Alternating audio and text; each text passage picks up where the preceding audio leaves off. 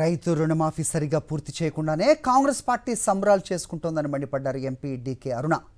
రైతు భరోసా ఎగ్గొట్టారని, రుణమాఫీకి అనేక కుర్రీలు పెట్టి రైతుల్ని మోసం చేస్తున్నారని మండిపడ్డారు.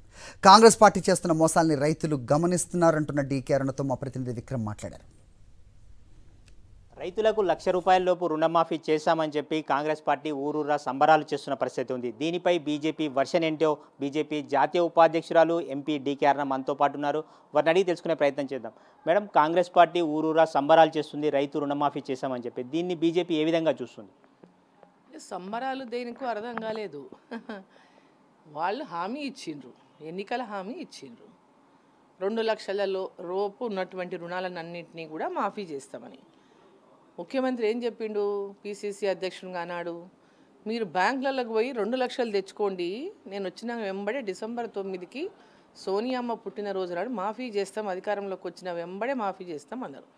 ఇప్పుడు 8 నెలలు అవుతుంది వాళ్ళ అధికారంలోకి వచ్చి, 7 నెలలు దాటిపోయింది. సో ఇప్పుడు ఏదో మమ అనిపించుకునేటటువంటి ప్రయత్నమే తప్ప ఇది వాళ్ళు రైతు రుణమాఫీ అనేది పూర్తి స్థాయిలో చేస్తలేరు. ఫర్ ఎగ్జాంపుల్, ఇప్పుడు 6,098 కోట్లు రిలీజ్ చేసినాం అన్నారు నిన్న. 6,098 కోట్లు రిలీజ్ చేసినాం. రైతు బంధు ఎక్కడుంది? మీ రైతు భరోసా ఎక్కడా? రైతు భరోసా ఇప్పటిదాకా ఖరీఫ్ స్టార్ట్, వర్షాలు పడుతున్నాయి, వర్షాకాలం స్టార్ట్ అయింది. ఇప్పటిదాకా రైతులకు మీరు ఇచ్చిన భరోసా ఎక్కడ? 7,500 ఒక్కొక్క రైతుకు ఎకరాకి ఇవ్వాలి. మరి ప్రతి ఎకరాకు 7,500 చొప్పున రైతులకు రైతు భరోసా అందియాలి. మరి ఎక్కడ అది రైతు భరోసా అందించిండ్రా? మీరు ఖరీఫ్ ప్లాన్ ఏమైంది? అసలు ఖరీఫ్ ప్లాన్ చేసిండ్రా? ఈ వర్షాకాలం అసలు మీ దగ్గర ప్లాన్ ఉందా? మరి ఇప్పటిదాకా ఏమైనా సమీక్ష జరిగిందా? ప్రాజెక్టు నిండుతున్నాయి, వర్షాలు బ్రహ్మాండంగా అవతల పడుతున్నాయి, వారి ప్రాజెక్టులకు నీళ్ళు వస్తున్నాయి. మరి దాని కింద ఎట్లా కాలువల ఎట్లా పంట ఉందని ఇప్పటిదాకా రివ్యూ లేదు. ఇరిగేషన్ డిపార్ట్మెంటు ఇప్పటిదాకా నీటి విడుదల పైన కానీ లేదా ఆ పంట యొక్క దీనిపైన ఇప్పటిదాకా రివ్యూ లేదు. మహబూబ్ నగర్ తీసుకుంటే డిసిసిబి బ్యాంకులల్లో మహబూబ్ నగర్లో ఉన్నటువంటి మంది రైతులు 51,410 మొత్తం టోటల్గానేమో 68,495 మంది రైతులు ఉన్నారు. 68,495 మంది రైతులు డిసిసిబిలో రైతులు రుణాలు తీసుకున్నటువంటి వాళ్ళు బ్యాంకులో. అయితే దాంట్లో 1,00,000 రూపాయల లోపు రుణాలు తీసుకున్నటువంటి రైతులు 51,415 మంది ఉన్నారు. సో ఈరోజు వీళ్ళు మాఫీ చేసింది ఎంతమందికి?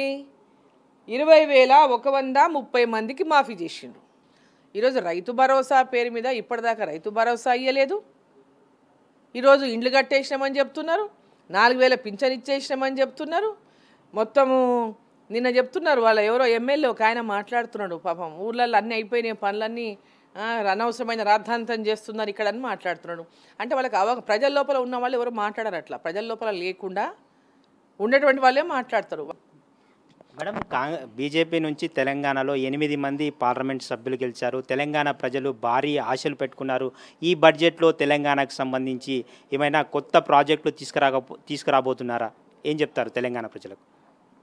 తెలంగాణ ప్రాంతానికి అవసరం ఉన్నటువంటి అన్నిటిపైన కూడా గతంలోనే ఏ నియోజకవర్గాల వారీగా, ఆ జిల్లాల వారీగా అక్కడ ఉన్నటువంటి విషయాలపైన ఒక రిపోర్ట్, రైల్వేస్ కానీ, రోడ్లు కానీ, ఎడ్యుకేషన్ పరంగా కానీ, వైద్య పరంగా కానీ, ఇతరత్ర విషయాలపైన కానీ ఒక అవగాహనతోనే ఉన్నది. సో కేంద్ర ప్రభుత్వం ఇచ్చేటటువంటి ఈరోజు బడ్జెట్లో, ఇప్పుడు వచ్చిన ఆ బడ్జెట్లో తప్పకుండా తెలంగాణకు న్యాయం జరిగే విధంగా మేమందరం కూడా రిప్రజెంటేషన్ ఇవ్వాలి, కలవాలనేటటువంటి ఒక లక్ష్యంతో ఉన్న బడ్జెట్ సమావేశాలు ఉన్న సందర్భంగా. సో తప్పకుండా ఈ ప్రాంతంలో ఉన్నటువంటి తెలంగాణ ప్రజలకు తప్పకుండా తెలంగాణకు అభివృద్ధి దిశగా నరేంద్ర మోదీ గారు ఇప్పటికే ఇక్కడి నుంచి 8 స్థానాలు గెలిచినాం కాబట్టి తప్పకుండా తెలంగాణకు ప్రాధాన్యత ఉంటుంది. ఖచ్చితంగా మనం చూసుకోవచ్చు, కేంద్ర బడ్జెట్లో తెలంగాణకు ఖచ్చితంగా ప్రాధాన్యత దక్కుతుందని చెప్పి డీకే అరుణ చెప్తున్నారు. వీడియో జర్నలిస్ట్ ముత్యం గౌడ్తో విక్రమ్, సాక్షి టీవీ, హైదరాబాద్.